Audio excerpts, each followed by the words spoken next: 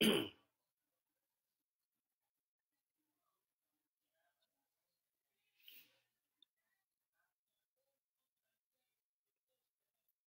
morning.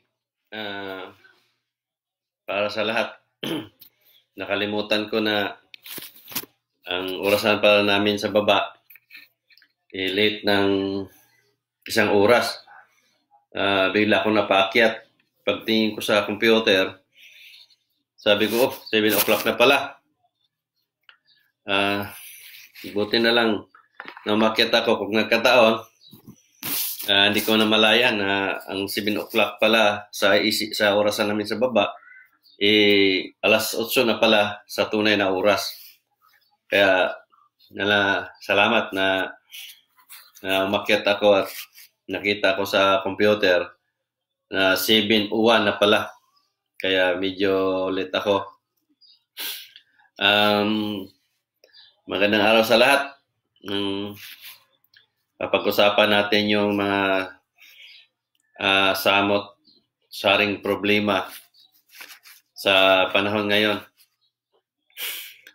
Yun kasi ang kabilin-bilin din ng Diyos sa akin. May mensahe ng Diyos sa akin kagabi lang. Hindi ko pa na-post yan. Kung babasahin ko, ang sabi niya na 5 years old pa lang daw ako, nagluluto na ako ng sarili kong pagkain. Sabi niya, hanggang lumalaki ako, lalong gumagaling o sumasarap ang pagluluto ko. Kaya napili niya ako na isang magluluto para sa lahat. So kung babasahin ko yon, tama din yung nasa sinusulat ko palagi noon pa, na nababasa ninyo, na sa edad kong 7, 6, 5, ganon, ang paniniwala ko, sa sarili kong paniniwala, ay ang Diyos ay hindi dapat pagkakitaan.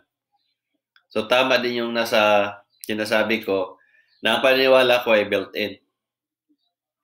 Sabi nga niya, na ipatuloy mo ang pagluluto. Ibig sabihin, ipatuloy ko ang pangaral. Ang pagluluto, ibig sabihin doon na paniniwala at pangangaral sa mga tungkol sa paniniwala. Kaya ito,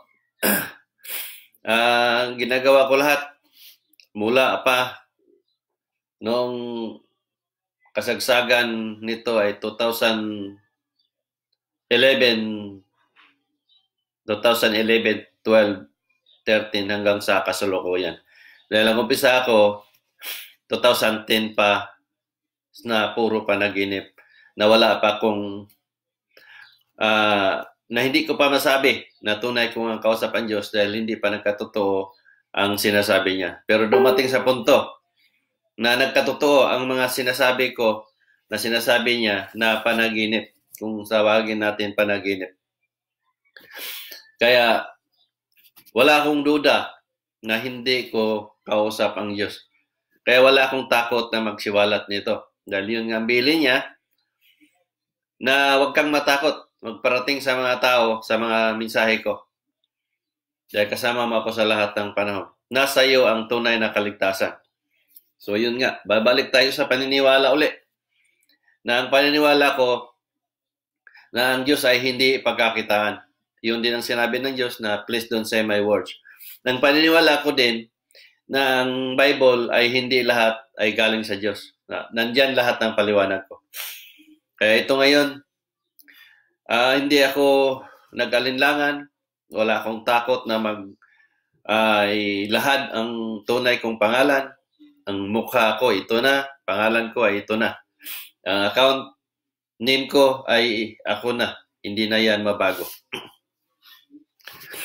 Kaya, kasi nasabi niya na the words of God of second coming, nandyan na lahat sa wall ko. Marami man ang hindi naniwala, marami man ang nangungutya, pero nagpatuloy ako.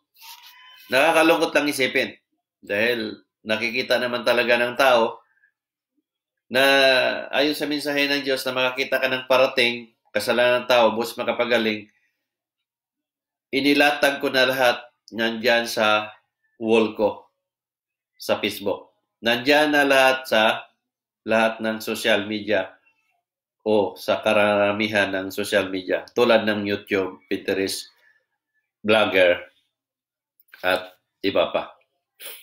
Pero ang mga tao talaga, sadya talagang napakalupit ang kalooban. Sadya talagang maladimonyo na talaga ang kalooban. Nakikita na nila na totoo nga makakita ako, sinasabi pa rin, bulaang propeta ako. Kaya ito, may maraming nangutya. Pag may nangutya, pag ibinabalik ko sa mga tao ang mga sinasabi naman nila, bully ako.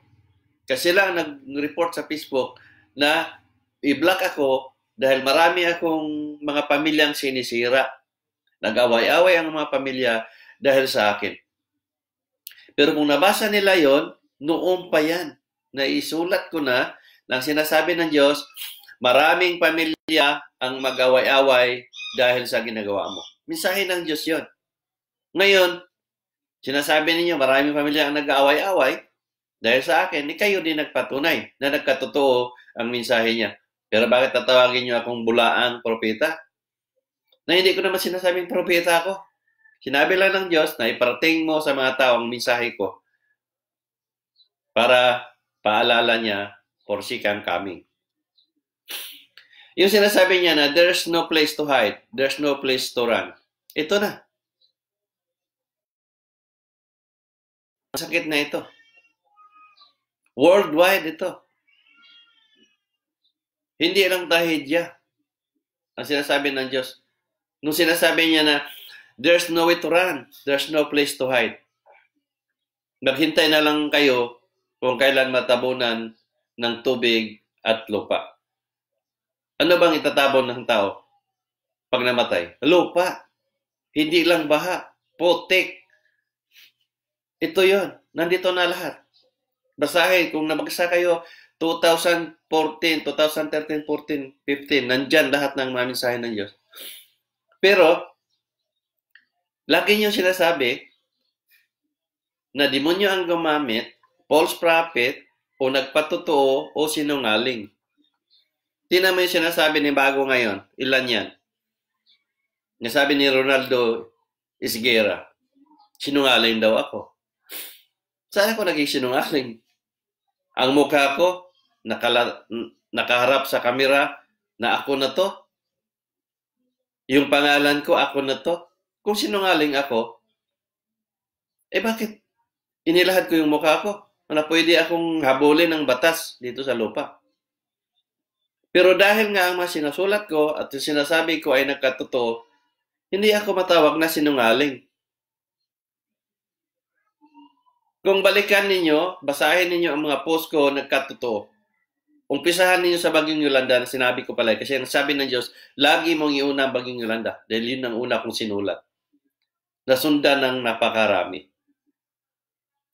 Ito, basihan ito. Na hindi ako naging sinungaling. Dahil limang beses kong isinulat ang Bagyong Yolanda na tumbukan yan na mangyari sa Leyte. Magkaubusan ng kabaong.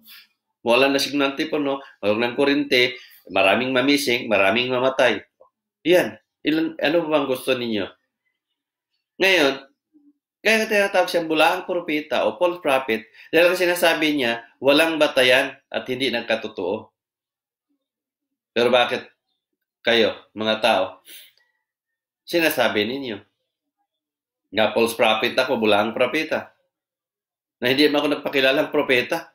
Hindi ko hangad na maging propeta. Hindi ko hangad na sambahin ang tao. Hindi ko hangad na purihin ang tao. Isinasabi ko lang ang sinasabi ng Diyos na iparating ko sa mga tao. Ako ay isang katulong lamang o messenger ng Diyos para iparating ko sa buong sanlibutan.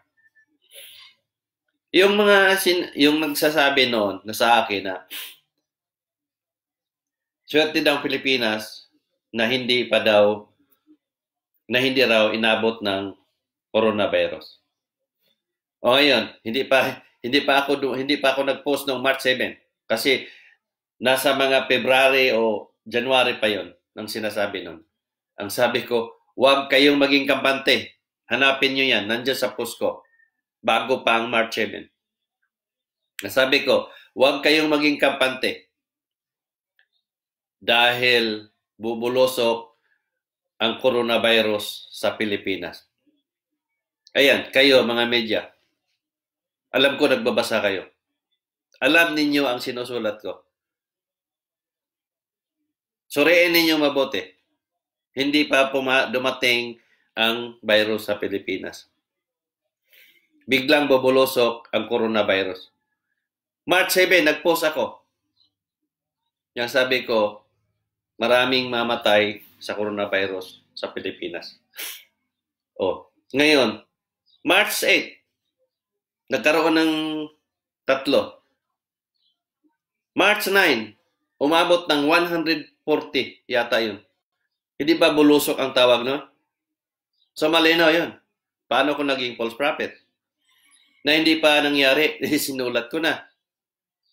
Ngayon, marami nang namatay na mga doktor. Umabot na tayo sa 600 sa Pilipinas pa lang na affected. At marami nang namatay din.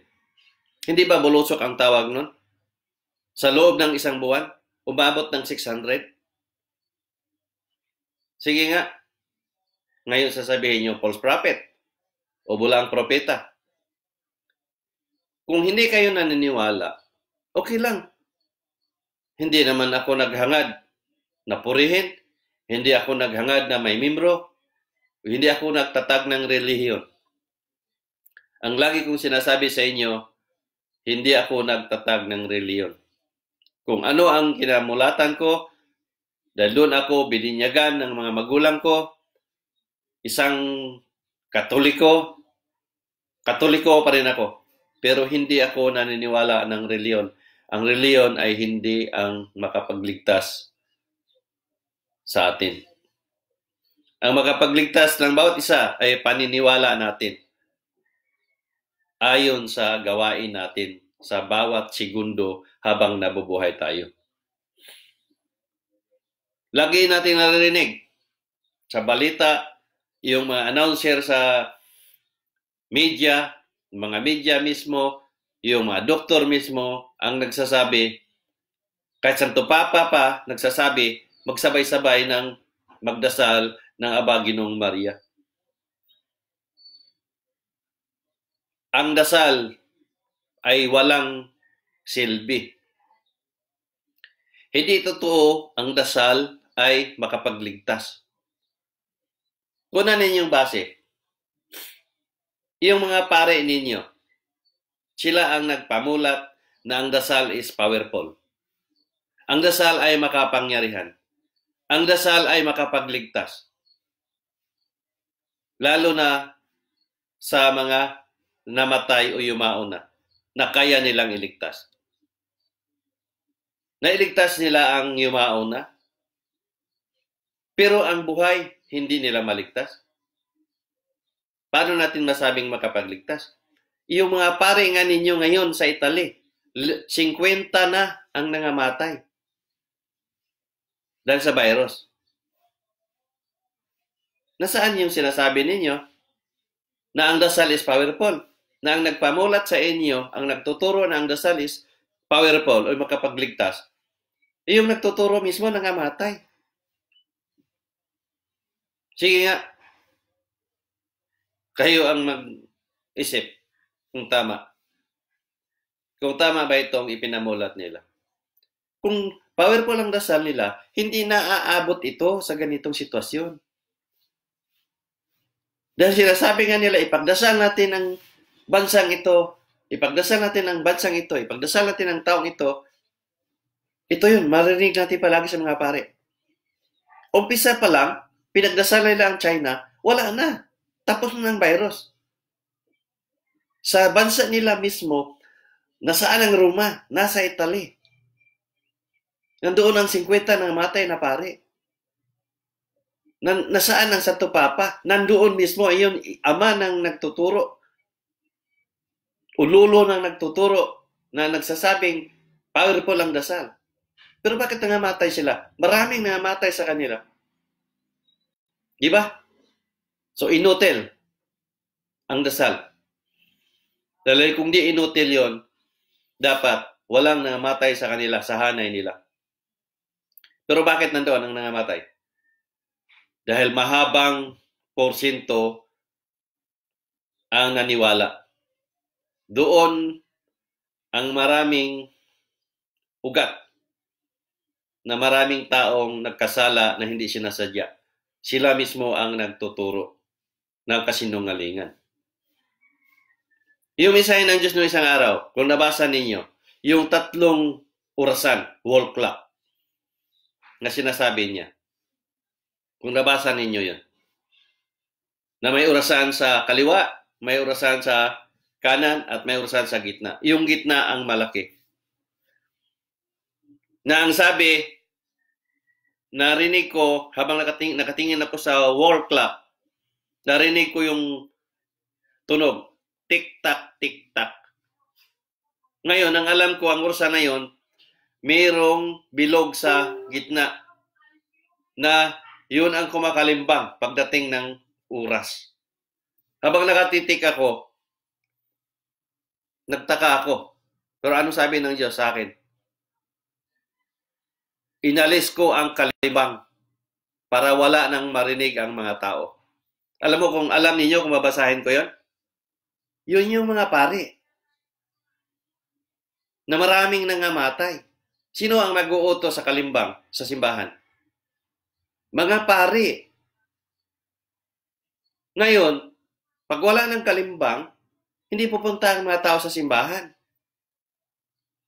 Kasi ang tao, pag nakarinig ng kalimbang, sasabihin, uy, may misa pala ngayon. So ang tao magsisimba. Ganon ako magbasa.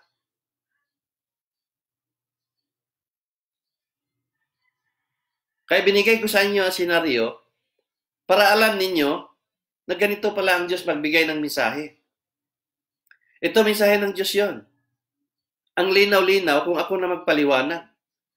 Isipin ninyo, orasan ang kalimbang ng orasan. Makita ninyo mga orasang malaki. Tulad ng orasan ko. O, tingnan nyo. Yan, o. Pakita ko sa inyo. O, yan. Kita nyo orasan na yan. O. Yun ang orasan na may kalimbang sa gitna. Yun yung bawat oras ay nagkakalimbang. Nagkakampana, kumbaga.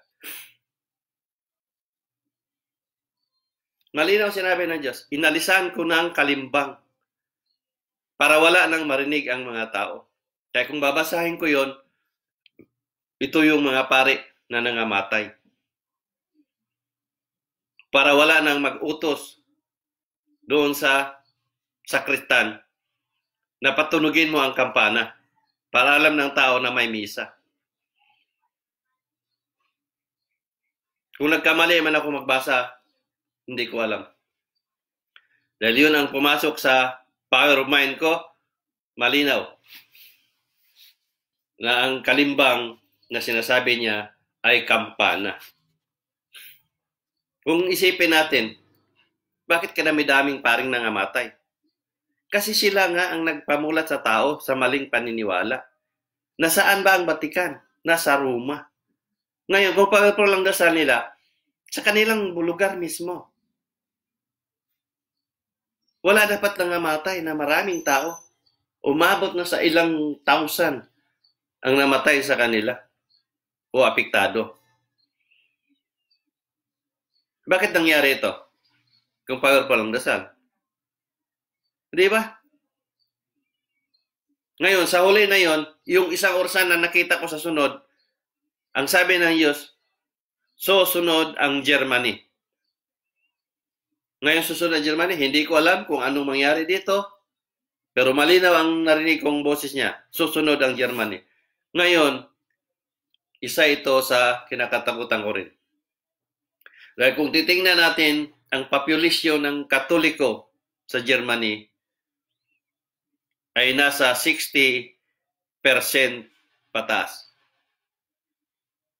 Mas mababa sa Pilipinas, na tinatawag tayo na reliyosong mga tao. 80% ay Christian. Ano man ang reliyon ninyo, born Christian, Catholic o Christian pa rin yun. Kaya wala akong duda. Tama na sinasabi ng doktor. Pag hindi natin gawin ang nararapat, mauubos ang mga tao sa Pilipinas. Dahil kung ang bansa na high-tech na sila,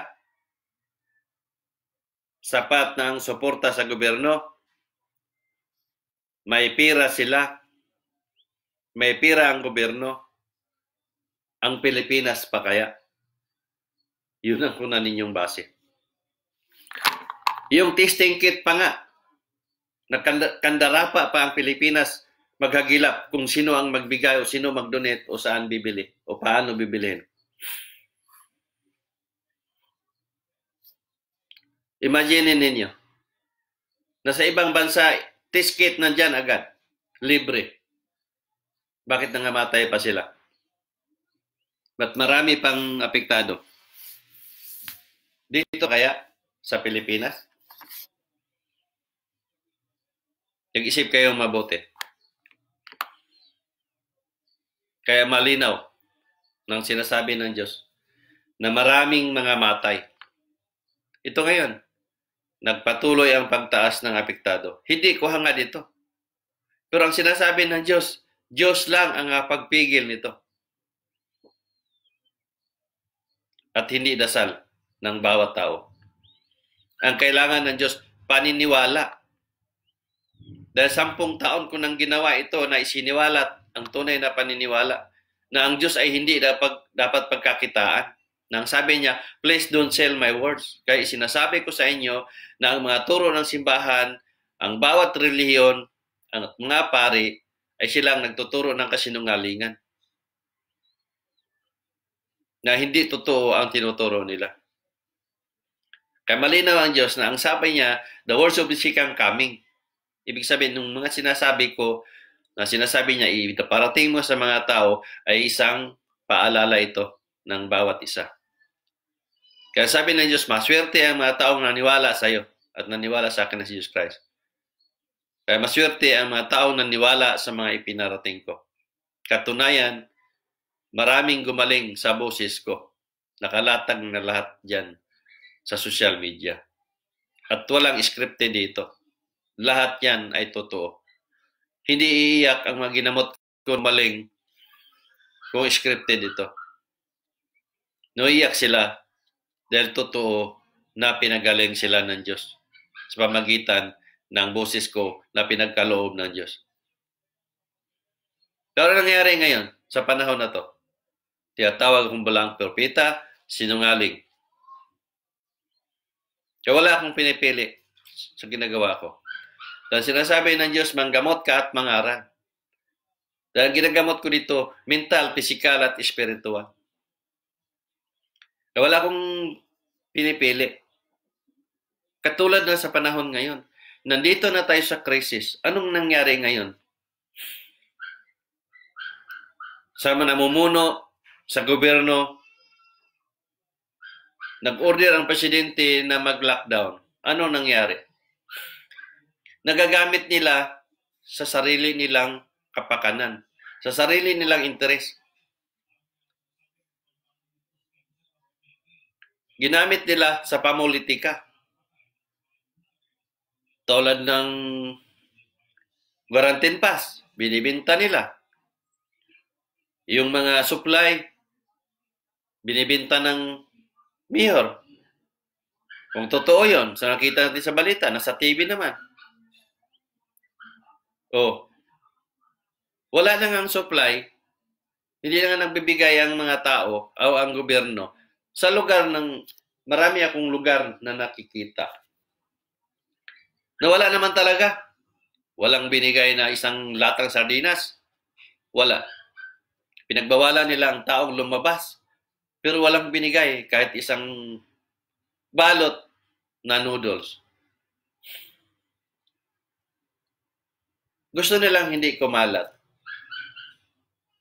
Anong gagawin ng tao? Na may mga taong naghanap buhay ng umaga, kakainin nila sa tanghali. Kaya mapilitan silang lumabas, maghanap buhay lang. Kumita lang para kakainin sa sunod na kainan. Kasi wala namang binigay ang gobyerno eh. May order ang presidente. Pero hindi naman lahat nabigyan. Pili lang. Baka lang yung malapit sa puso ng namimigay. Di ba? Ito ba yung kawang-gawa? Hindi yan kawang-gawa. Pamulitika yan. Tulad ng ibigyan kayo ng halimbawa. Yung isang lugar na nabalagay sa boundary. Ang mga taong malapit sa boundary sa isang municipal, i-lockdown nila. Ngayon dahil lockdown, ang sinasabi, kayong taga-kabilang municipality, hindi kayo pwedeng pumasok sa municipality dahil yun ang order. Sino mag-order nito? Diba? DILG na pangkalahatan o mayor na nasakupan lang yan. Ang nakatira nito, ang mga transaksyon nila, nandoon sa municipal nila dahil nandoon ang malapit sa kanila. Ngayon, ang negosyo nila, nandoon na sa sakupan nila, sa kabilang municipality. Dahil municipality nila, malayo pa mula sa kanila. So, ang mga bangko nila, nandoon sa municipality nila.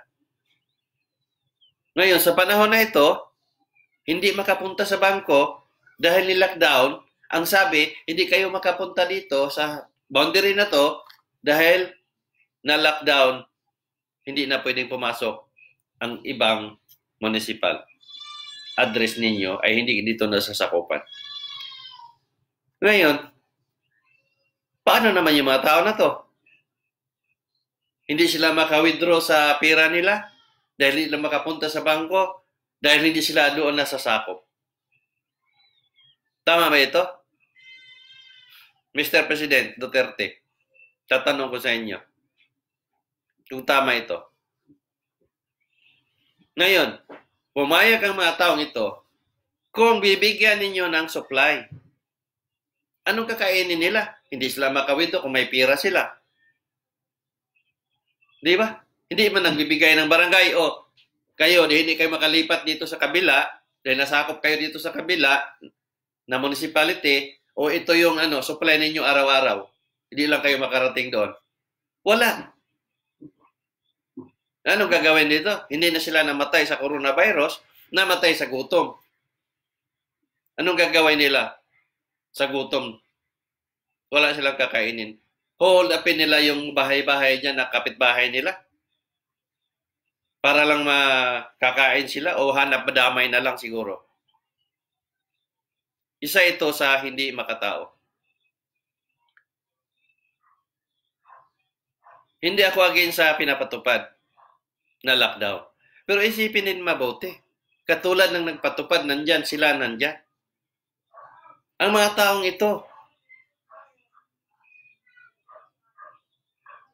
anong mangyari? Kung sa lahat ng boundary, yun ang mangyari. Na hindi na consider na doon pala sila nagtransaksyon dahil malapit sila sa municipality nila. Doon ang mga pera nila, doon ang negosyo nila. Tapos hindi na sila makapasok dahil hindi sila nasasakop doon sa municipal nila. Isang halimbawa ito na hindi ito makatarungan. Dapat pag-isipang mabuti na dapat ba gawin natin ito? Kahit naman anong gagawin nating boundary na yan na hindi makapasok, ang sakit. Papasok at papasok at papasok yan. Wala nang kaibahan sa mga balita na nakikita natin. Na may mga taong hindi naman naglalakad kung saan sila. Hindi naman sila nabisita ng galing sa ibang bansa. Pero bakit nagkasakit sila? Kaya malinaw pinakita ng Diyos na ang virus ay nakasama din sa hangin. Hindi na ibig sabihin na kasama sa hangin marami yan na parang alikabok na hinagis. Pailan-ilan yan nakasama.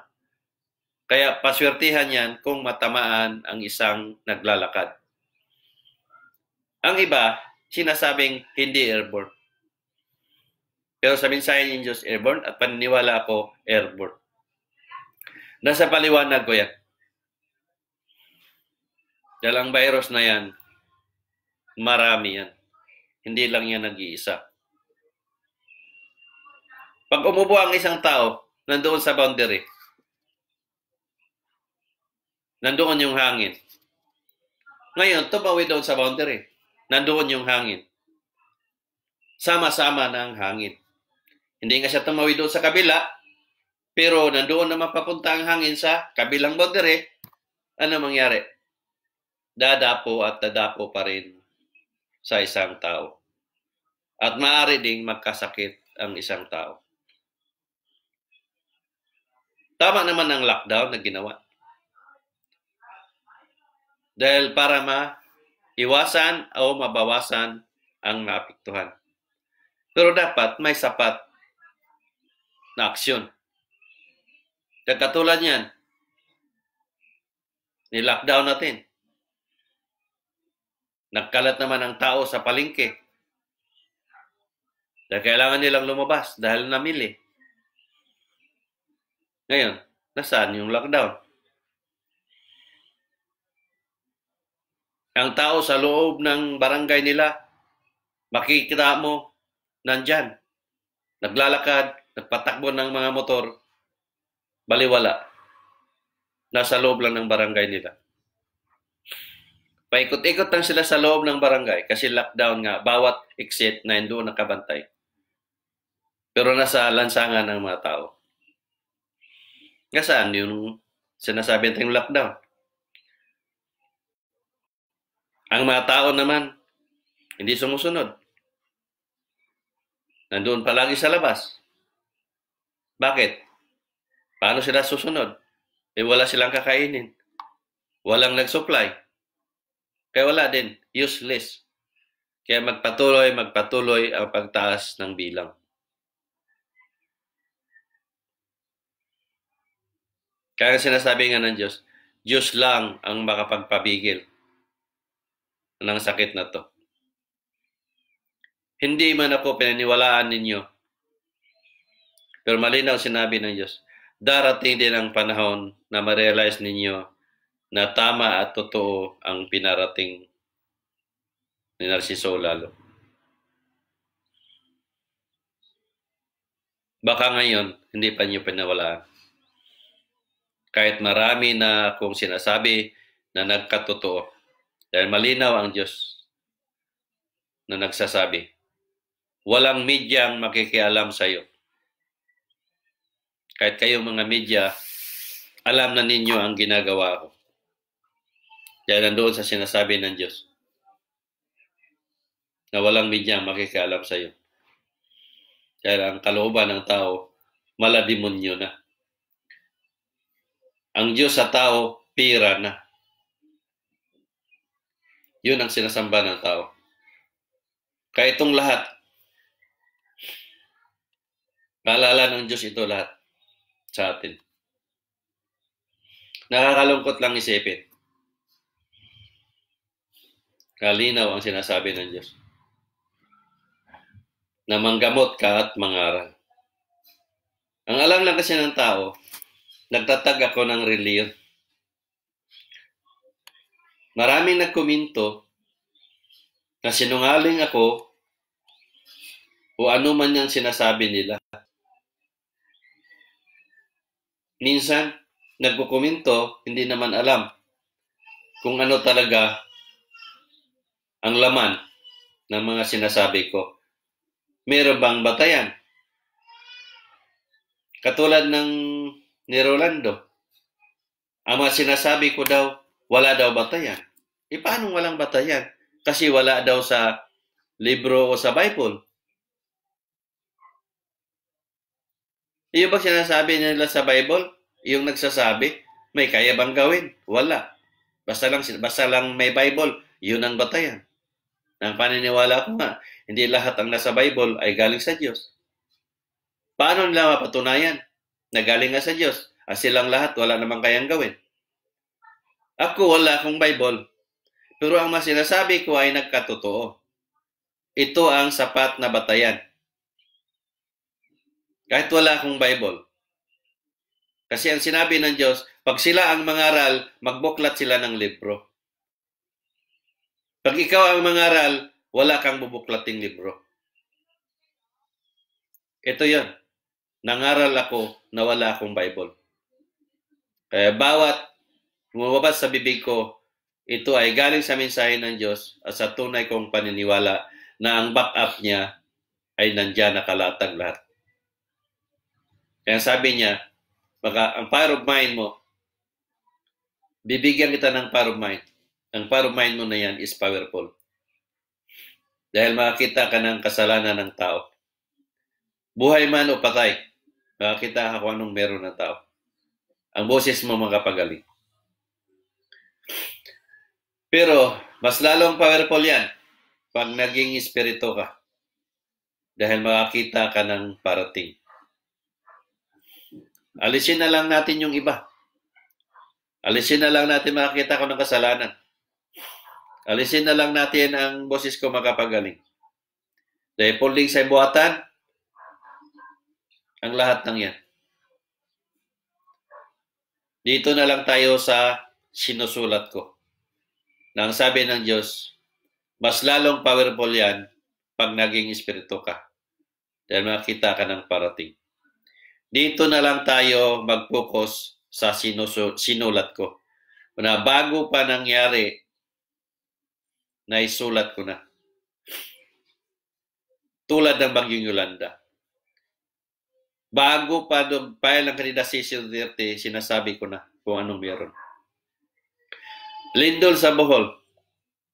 Chemical sa Syria. Alaska, pagkatunaw ng mga ice. Yung mga init, yung sunog, yung Irma, nangyari sa Amerika, tumbukan niya.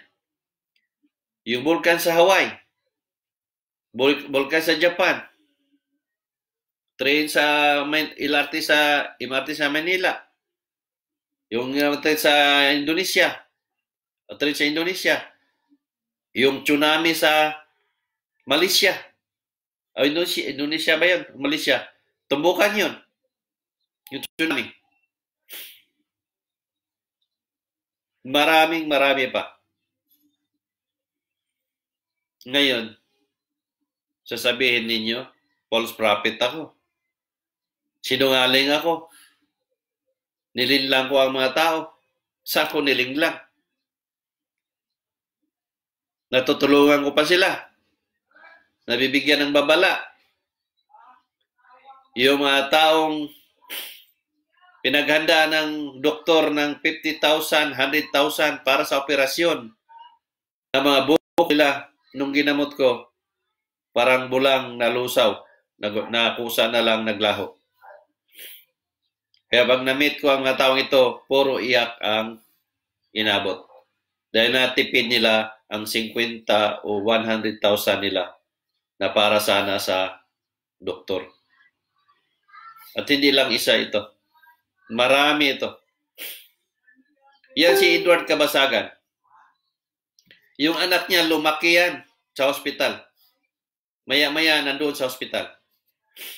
Simula nung ginamot ko yung anak niya, tinalikuran na niya ang ospital. Kaya nagkrusada ako sa Bohol. Nandoon ang dalawa niyang anak at yung asawa niya. Naabot ang pasalamat. Marami sila. Hindi lang. Sample lang yan. Sa sinasabi ko sa inyo. Nandyan siya ang makapagsabi niya. Marami ang natulungan ko na absolutely free. Na hindi ako naghangad na purihin. Hindi ako naghihintay na sambahin. Hindi ko hinihintay na tingalain. at kahit anong bagay man. Dahil absolutely free ang ginagawa ko. Dahil yun ang bilin ng Diyos. Sa gagawin mong ito, wala kang sisingilin sa mga tao kahit 5. Absolutely free. Ikaw ang nagagamot, pero ako ang nagpapagaling. So malino yun. Dahil sinabi ng Diyos, gagaling sila ayon sa paniniwala nila sa iyo na ginagamit kitang kasangkapan at paniniwala sa akin na si Jesus Christ. Boses pa lang marinig nila sa iyo, gagaling sila. So ibig sabihin, yun ang boses ang magpagaling sa bawat isa, hindi lang ang may sakit sa pisikal. Dahil nagkasakit din ang mental at spiritual ng tao dahil nga sa mga maling ipinamulat o turo ng mga pare at pastor ninyo. Kaya kayo tinatawag na nagkasala na hindi sinasadya. Kaya kayo ang pinapalalahanan ng Diyos.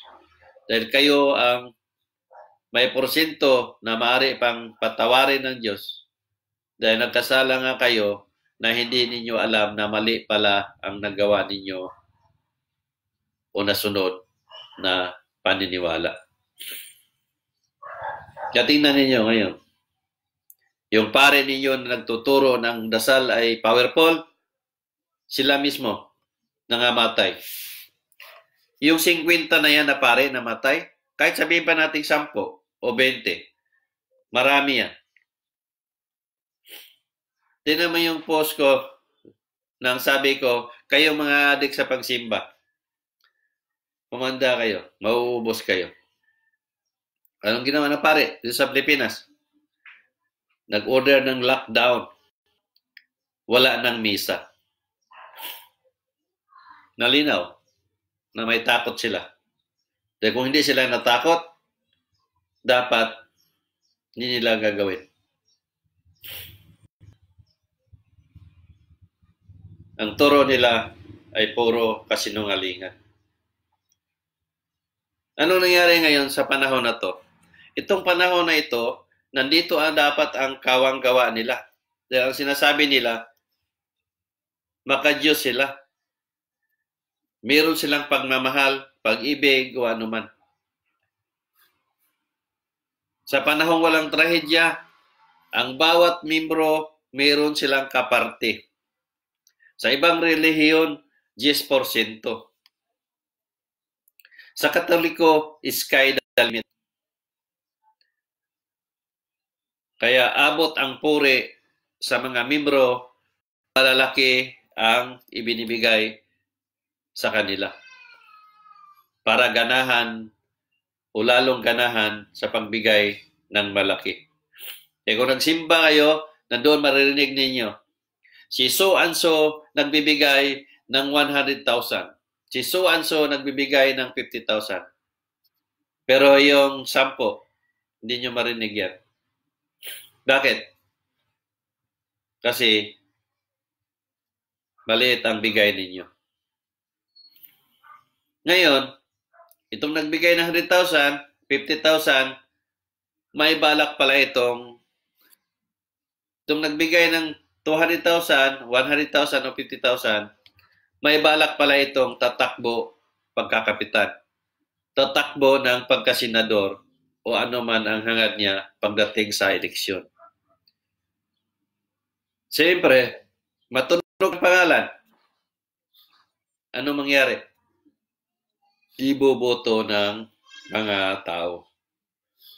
Dahil may kawang-gawa ang taong ito.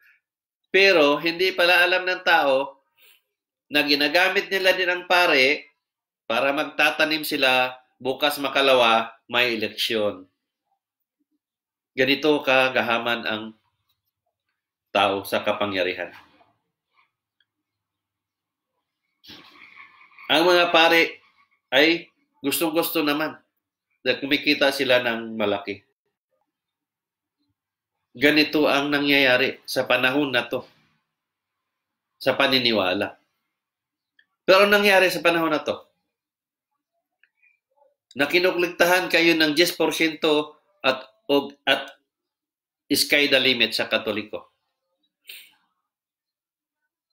Ang turo nila, pag nagbibigay ka ng 10, maging 100. Pag nagbibigay ka ng 100, naging 1,000.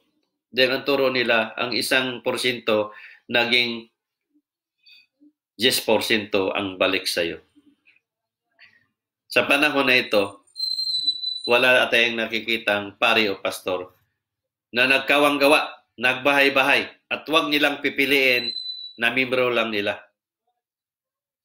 Dahil kung makatao ang gawin nila at pag-ibig ang meron sila, wala silang pipiliin na membro.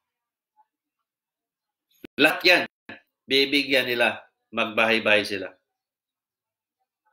Pero hindi nila nagawa.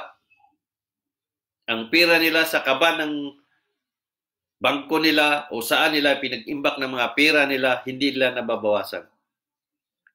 Anong ginawa nila? Tinalikuran nila ang mga membro nila na habang buhay na nagsilbi sa kanila o habang buhay nagpakahirap para sa kanila. Matagalang panahon, nagbibigay ang mga membro sa kanila, nagbibigay ang mga membro sa pinapataw nilang pera o sa serbisyo nila. Nang sabi nga nila, sila ay nagkawang-gawa na maghahatid ng kaligtasan. Dito sa literal na physical, kayong mga membro, kailangan kayo ng tulong. Pang-physical. Bakit pang-physical? Dahil kailangan ninyo ng kumain dahil lockdown na. Wala kayong mga trabaho sa panahon na to. Wala na kayong pera na magagamit dahil wala na kayo magkapaghanap buhay. Noong naghanap buhay kayo, pagsimban ninyo, pagpakasal ninyo, pagpabinyag ninyo, lagi kayong nagbibigay sa mga simbahan ninyo, sa pari at pastor ninyo. Pero sa panahon na ito, kayo naman ang mga ngailangan. Pero nasaan sila? Tinalikuran kayo na parang isang mabahong patay na walang nakikita at walang naririnig sa paligid kung nandyan ba kayo nangailangan ng tulong nila. Ganito kagahaman ang tao dito sa lupa. Ganito kakapal o katigas ng kalooban ng mga pari at pastor na ito. Kaya isa sila sa galit na galit sa ginagawa ko. Dahil nabunyag ang kalokohan nila. Kaya ang hangad nila, mapatay ako. O hindi ko alam kung hanggang saan ako. Sinikap kong may parating sa mga tao ang katotohanan. Magising lang ang tao na mali sa maling namulatan. Nakakalungkot talaga isipin. Na ganun na lang ang tao pag nag-isip. Nakikita na nga, ngayon ang gawain ng pari nila. Nakikita na nga, nagkalat na sa korte ang mga kaso nila, nang rape sila, namolestya sila, ito ang mga pera nila, ito ang ginawa nila. Anong sinasabi ng mga membro? Fake news yan. Ganun ang tao mag-isip. Kaya ako, gumagamit talaga ako ng salitang nararapat sa bawat isa. Dahil ito ang salitang ginagamit natin sa lingwahe natin na maunawaan. Kaya nagsagamit ako ng salitang bobo, tanga, o inutil. Bakit hindi bobo, tanga, inutil? Nakikita na sa mata ng bakla ang mga pare na isa sa kinamahian ng Diyos na sabi niya, lalaki sa lalaki, babae sa babae, isa ito sa ayaw ko. Ang Santo Papa na umamin na ang hanay nila ay 80% ang mga bakla. Patunay doon na 80% dahil nagtambak ang kaso ng mga pare ng molestya. Daan-daan ang kaso ng mga pare. Sa isang pare, 100 na minumulis siya, 150 na mulis siya, 50 na minumulis siya na bata. Unirip na bata. Nasa korte yan. Nakabinbin sa korte, yung iba, nahatulan na sa korte, nakulong na. Sinasabi pa rin ng tao, fake news yan. Ngayon, anong tatawag ko sa inyo? Matino.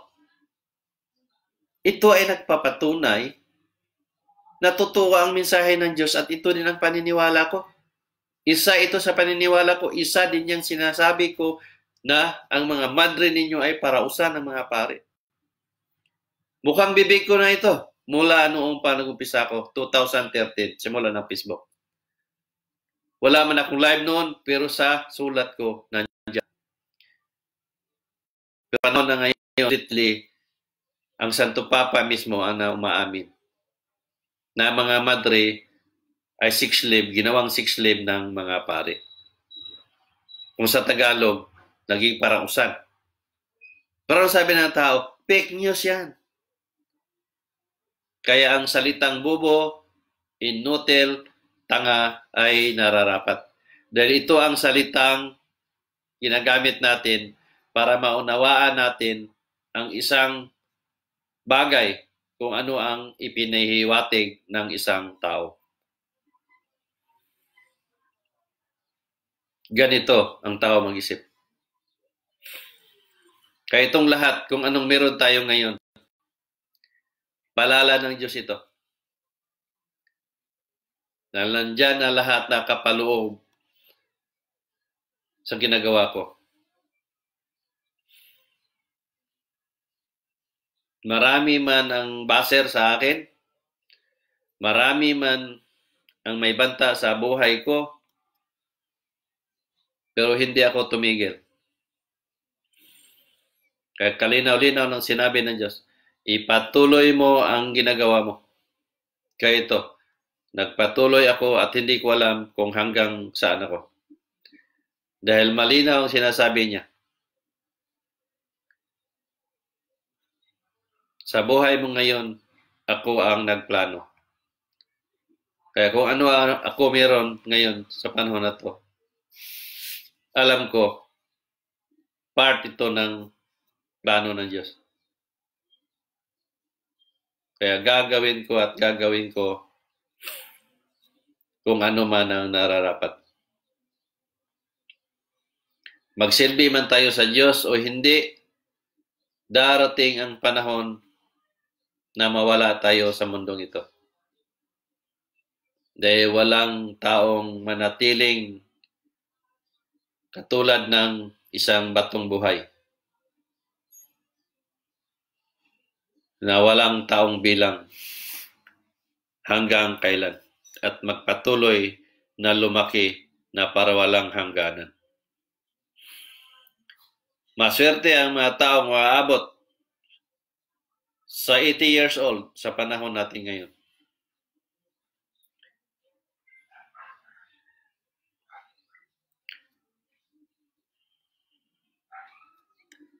Kaya, ginawa ko to lahat.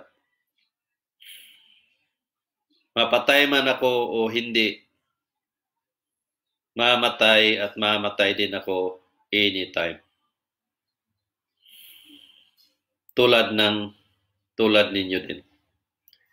Anytime, maaari din kayong mawala sa mundong ginagalawan ninyo. At ako din. Kabilin-bilin ng Diyos. Sabihin mo sa mga tao, 3 lang ang kailangan ko. Pagbabago, pagsisisi, at lubos na paniniwala. Kaya alamin ninyo, nasa wall ko na lahat yan, nasa mga video ko na lahat yan, kung ano ang babaguhin ninyo. Tandaan ninyo ang sinabi ng Diyos. Nasaan ang pagbabago at pagsisisi ng isang tao samantalang inulit niya ang mga bagay na ayaw ko. Tatlong salita lang yun. Pero malawak yan. Kung kayo ay bukas ang puso at isipan. Hindi mahirap ito gawin. Maraming nagsasabi, ang kahirap naman gawin yan. Pagbabago, pagsisisi, at lubos na paniniwala. Hindi ito mahirap.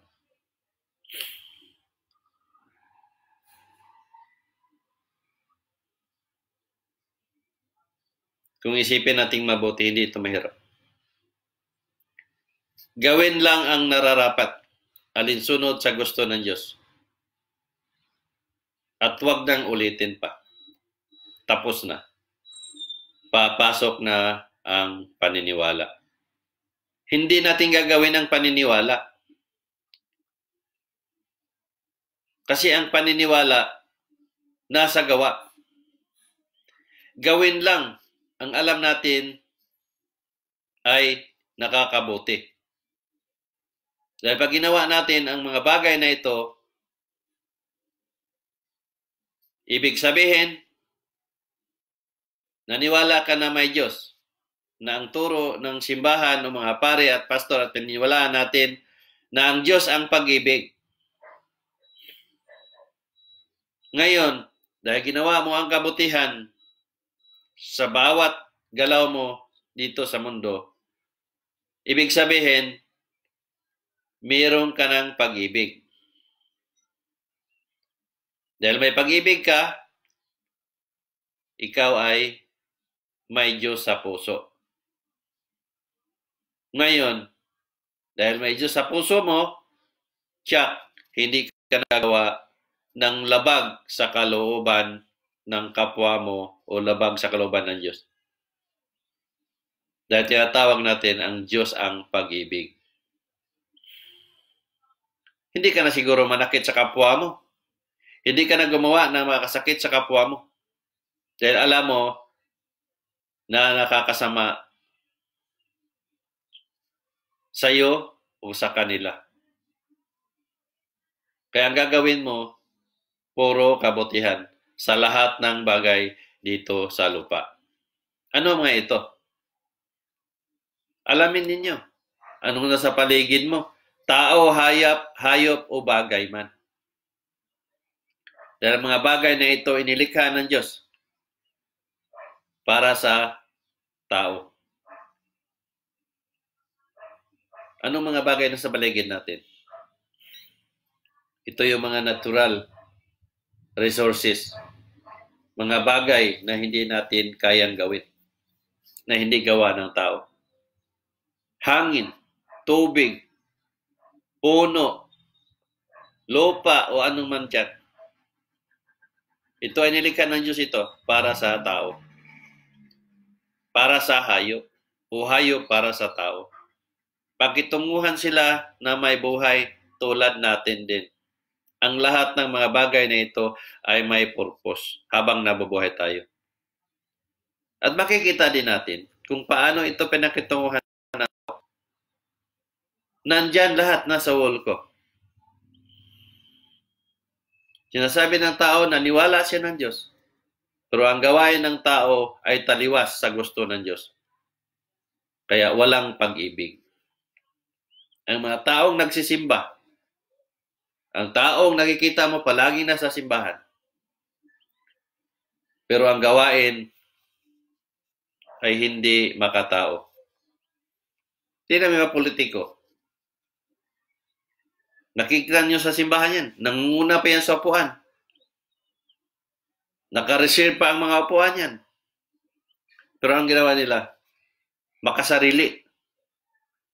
Gahaman sa kapangyarihan. Kurap. Mga kurap.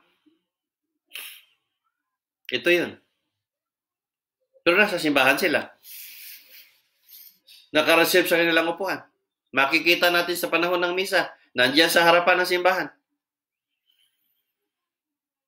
Pero ang gawain nila, maka-Diyos ba yun? May pag-ibig ba yun? Wala. Gahaman sa kapangyarihan. Ginagamit ang kapangyarihan sa sarili nilang kapakanan. Ganito ang tao. Kaya ang mundo yung ginagalawa natin ay punong-puno ng kasalanan. Kaya nakakalungkot isipin. Kayong mga nakakarinig, kayong mga naniwala, mag-share kayo para makarating sa mga pamilya ninyo na kailangan ninyo matulungan na magkaroon ng tunay na paniniwala, pagbabago at pagsisisi lang kailangan ng Diyos. Tandaan ninyo, hindi kailangang lilipat sila ng reliyon. Dahil ang reliyon hindi makapagligtas. At ako mismo, hindi nagtatag ng reliyon. Katoliko at katoliko ako, pero hindi ako naniniwala na ang turo ng katoliko o anuman ang reliyon ay makapagligtas. Ang makapagligtas sa sarili ko mismo ay ayon sa gawain ko mula pa noon hanggang ngayon. Kaya isa ako sa nagamit ng Diyos, nang sabi ng Diyos, ikaw ang tunay na niwala sa akin na si Jesus Christ. Kaya bibigyan kita ng power of mind. Ang power of mind mo ay ito na, yung sinasabi ko kanina pa. At palinaw din na may kausap ako dahil nagkatotoo ang sinasabi ko. Walang labis, walang kulang. At maaari pang makulangan ang sinasabi ko, pero hindi ko dinadagdagan. Dahil kabilin-bilinan ng Diyos sa akin. Wala kang sasabihin sa kanila o sa mga tao na hindi ko sinasabi sa iyo.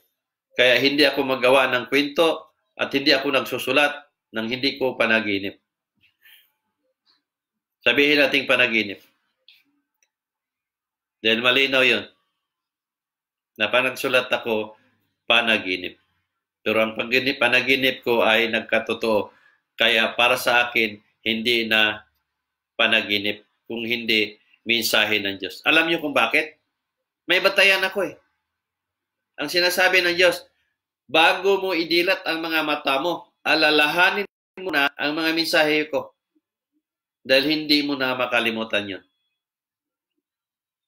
Yun yung sinusulat ko. Bago ko idilat ang mata ko, nire-recall ko, inaalala ko yung panaginip ko.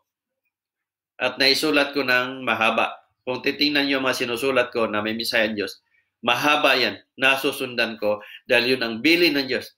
Alalahanin mo muna ang mga mensahe ko dahil hindi mo na makalimutan yun. So, ibig sabihin doon, malinaw na hindi panaginip. Mensahe niya. Bakit rin mensahe niya? Dahil nagkatotoo ang mga sinusulat ko. Kaya kayong nagsasabing false prophet ako, hindi ako false prophet. Dahil hindi ko hangad naging propeta at hindi ko pangarap ito. Totoong kinausap ako ng Diyos. Mahirap lang ito paniwalaan. Dahil wala pang taong gumawa nito. Yun ang sabi ko sa inyo. Kung dadalhin niyo sa korte, haharap ako. Himay-himayin natin. Hindi ako kukuha ng abogado. Ako ang mag-abogado sa sarili ko. Dahil pag nandoon tayo sa korte, ang ipakita lang natin o ilahad ang katotohanan. Wala tayong gagawing puti, gagawing itim. At itim gagawing puti. Patas ang labanan para makita natin kung saan tayo nagkamali o saan tayo naging tama. Dahil ang Pilipinas, lubog sa kasalanan. Nga sabi ko nga sa inyo, ang anak ko, tinuro ko na maliit pa, huwag kang mag-abogado. Dahil ang abogado, makasalanan din ito. Ang taong walang kasalanan, nagkaroon ng kasalanan. Ganun ang Pilipinas. Pira-pira ang labanan. Kaya pagkaroon ka ng kaso dito, pag alam na abogado na may pira ka, maubos ang pira mo. Dahil lulutuin ka sa sarili mong mantika at nag-uusap ang dalawang abogado kung paano nila gagawin, maubos ang kayamanan mo. Alam ko kung paano patakbuhin ng abogado dapat. May batas tayo sa lupa. Pero ang nangyari, lulosawin lahat ng pera ng isang akusado o hindi akusado o sino ang nag-arabyado. Kaya nga maraming nangakulong dyan na hindi naman nila nagawa ang kasalanang ipinagbintang sa kanila. Dahil ito sa pera.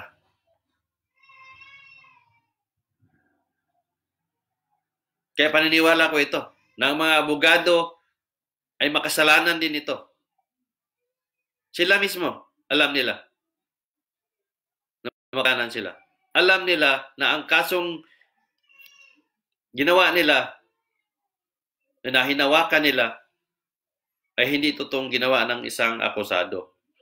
Pero dahil nga sa pera, napadiin ang isang akusado. At mismong napalaya, siya mismo ang gumawa ng kasalanan. Marami tayong sample dyan. Maraming malaking kasong mayaman. Nagkaroon ng walang sala. Punong-puno na ng ebidensya o patunay. Pero malaya. Ganun kasama ang bansa natin. Kaya tinatawag tayo ng Diyos na makasalanang bansa dahil dito.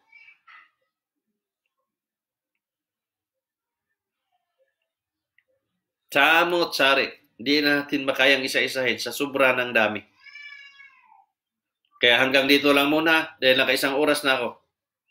Marami man tayo pag-usapan, hindi ito matapos-tapos ng isang araw o dalawang araw dahil sa kasamaan ng tao na. Kaya hanggang dito lang muna. Sana marami kayong pulot na aral. Magkaroon kayo ng pagbabago, pagsisisi na yun ang hiling ng Diyos. Buksan ang puso't isipan. Pag-isipang mabuti. Kung totoo ba o hindi ba ang sinasabi ko. Gawin ang nararapat. At kung alam ninyong hindi ako totoo, balikan ninyo ako. Idemanda nyo ako sa korte. Kaharapin ko kayo. Isa-isahin natin at himay-himayin natin kung saan ako naging mali o tama.